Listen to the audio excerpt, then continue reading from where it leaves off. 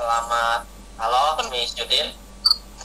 Kami bertiga dengan saya sendiri Jik Valentino dan dua teman saya yaitu Nicholas dan Billy Hermawan.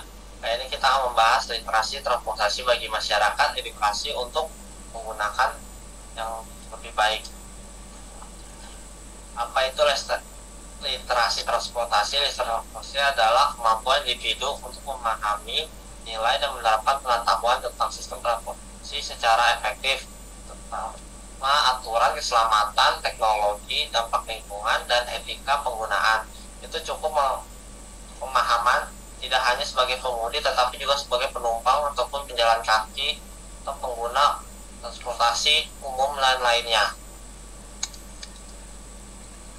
Oke, mengapa literasi transportasi itu penting? Satu, untuk meningkatkan keselamatan di jalan raya, untuk mengurangi angka kecelakaan karena pengguna jalan yang memahami aturan dan resiko, yang juga akan meningkatkan kewaspadaan terhadap kondisi jalan, pejalan kaki, dan pengendara lain. Dan ada dua, menciptakan ketertiban dan kelancaran lalu lintas, seperti mengurangi kemacetan karena pengguna jalan, disiplin dalam mengikuti rambu dan marka, mempercepat respon darurat seperti memberi jalan untuk ambulan atau pemadam kebakaran. Dan perilaku buruk yang umum terjadi seperti satu, pelanggaran aturan dasar lalu lintas untuk seperti menerobos lampu merah yang menyebabkan risiko tabrakan tinggi, atau juga ada melawan arus yang membahayakan pengendara lain dan memicu kemacetan.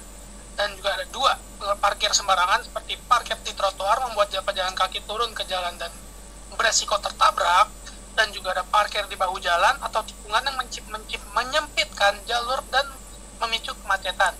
Juga ada parkir ganda yang menghalangi kendaraan lain untuk lewat.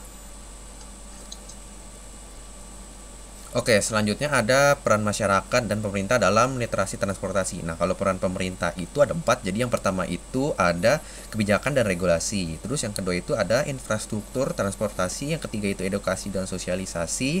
Dan yang terakhir itu edukasi dan sosialitas.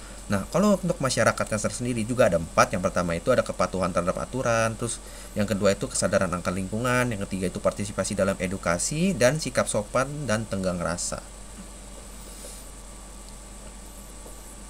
Oke, sekian presentasi dari kelompok kami. Terima kasih Miss Judith atas perhatiannya.